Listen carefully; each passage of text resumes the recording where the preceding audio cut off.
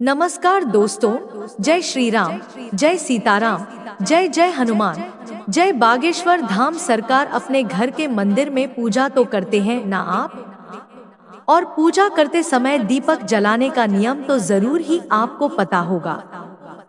तो जिस दीपक को आप भगवान का नाम लेकर जलाते हैं, कहीं वो दीपक कुछ गलत संकेत तो नहीं दे रहा? क्या आपके दीपक की बाती पूरी जल जाती है, या फिर उसमें घी और अंजलि बाती बची रह जाती है? और कहीं आपके दीपक की बाती पर फूल तो नहीं बनता? और तो और दीपक की बाती पर फूल बन जाने का क्या मतलब होता है? तो क्या आप जानते हैं कि दीपक की बाती का पूरा जल जाना और बच जाना क्या संकेत देता है? कहीं आपके जीवन की सभी परेशानियां की वजह आपके जलाए हुए दीपक से तो नहीं जुड़ी हुई हैं? कहीं आप पहले से जले हुए दीपक में तो बाती नहीं जलाते? और क्या आपके पूजा का दीपक पुराना है या नया है? आखिर कितने सालों से उस दीपक का इस्तेमाल कर रहे हैं? कहीं आपकी भी तो आदत नहीं हर थोड़े दिनों बाद दीपक को बदल देने की?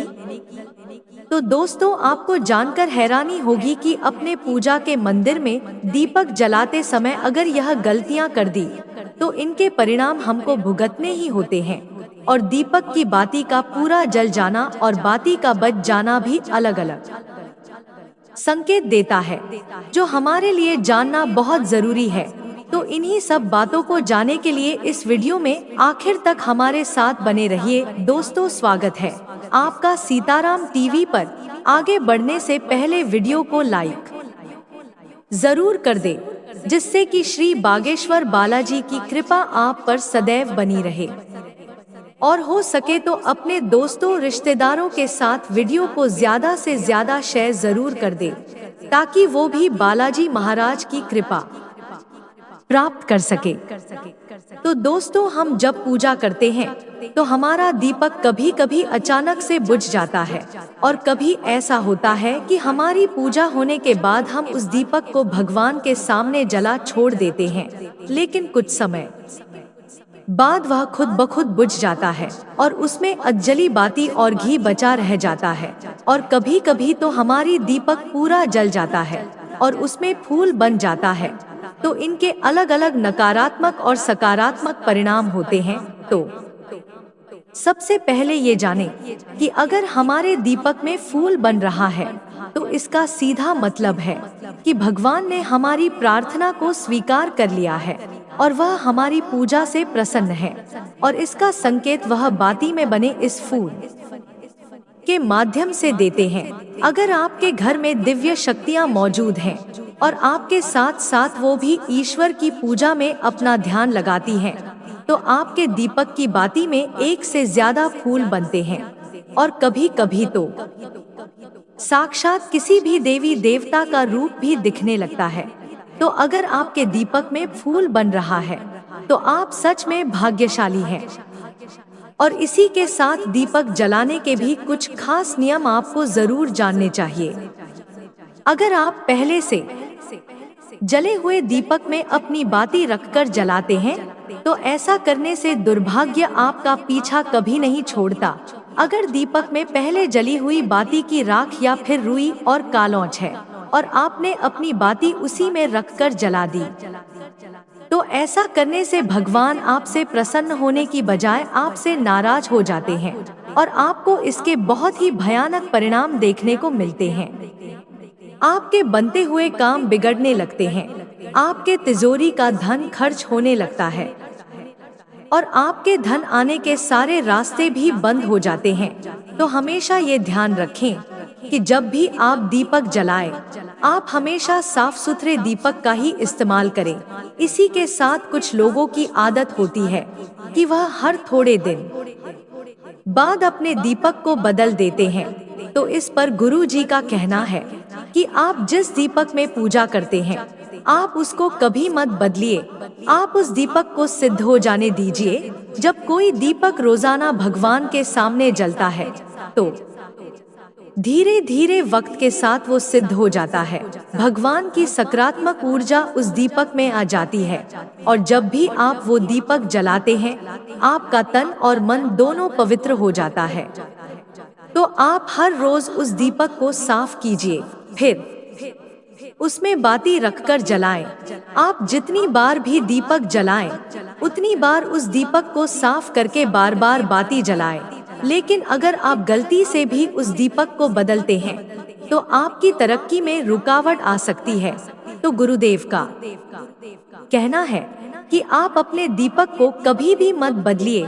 लगातार 10 साल 20 साल तक आप उसी दीपक में लगातार बाती जलाएं।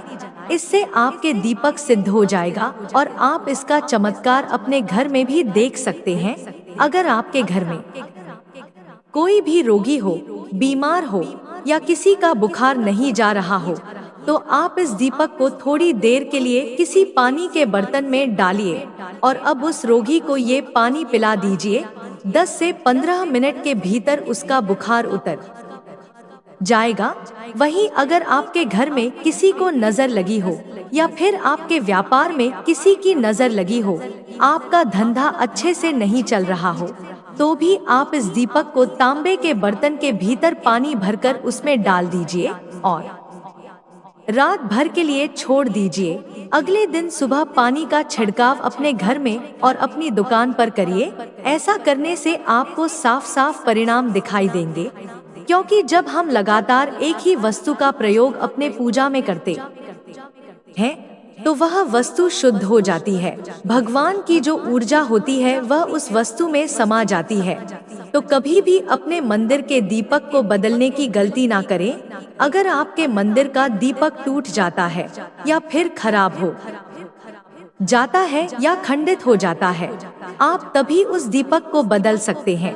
लेकिन फिर भी आप उस दीपक को ना फेंकें, बल्कि इसे अपने घर में संभाल कर रखें, क्योंकि यह भगवान की सकारात्मक ऊर्जा का भंडार है। वहीं अब आपको यह भी बता देते हैं कि अगर आपकी बाती पूरी नहीं जलती, आपके दीपक में घी बच जाता है, तो इसका क्या परिणाम होता है।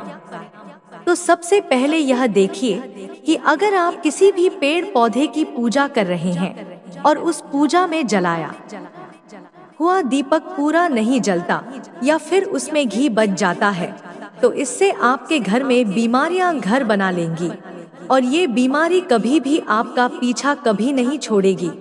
तो जब भी आप किसी भी पेड़ पौधे की या मंदिर के बाहर किसी भी जगह की पूजा करें, तो यह ध्यान रखें कि उसकी बाती पूरी जले और उस बर्तन में घी ना बचे, क्योंकि यह आपकी अच्छी सेहत के लिए बहुत ही ज्यादा अच्छा प्रभाव देगा।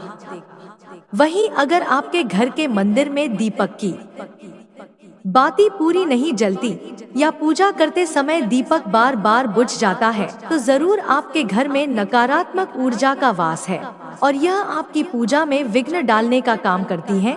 हमारे घर में अगर कोई बुरी शक्ति होती है या फिर कोई ऐसी ऊर्जा होती है जो यह नहीं चाहती कि आपके घर में भगवान की कृपा हो और आपके घर में सकारात्मक ऊर्जा हो, तो ये आपकी पूजा सफल नहीं होने देती। क्योंकि दोस्तों, एक वातावरण में एक ही तरह की ऊर्जा रह सकती है, या तो सकारात्मक या फिर नकारात्मक, और जो बुरी शक्तियाँ होती हैं वो ये कभी नहीं चाहती कि आपके घर में देवीय शक्ति का वास हो, क्योंकि अगर आपके घर में भगवान ने अपनी कृपा की तो उन बुरी शक्तियों और ऊर्जा को आपके घर से जाना पड़ेगा।